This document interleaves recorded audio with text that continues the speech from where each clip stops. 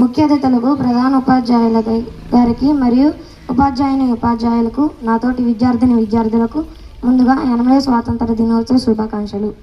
ఈరోజు మనం స్వాతంత్ర దినోత్సవం జరుపుకోవడానికి ఎంతోమంది కృషి చేశారు. ఎన్నో ఉద్యమాలు కూడా జరిగాయి. వాటిలో మన ప్రాంతంలో కూడా ఒక ఉద్యమం జరిగింది. అదే పుల్లరి ఉద్యమం.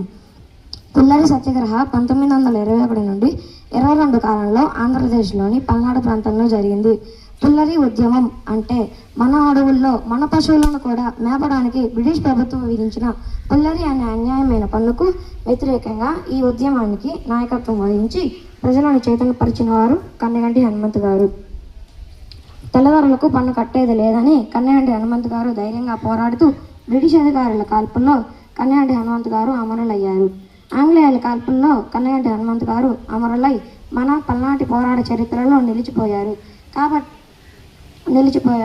ఈయన దుర్గి మండలంలోని మించాలపాడు అనే గ్రామంలో జన్మించారు.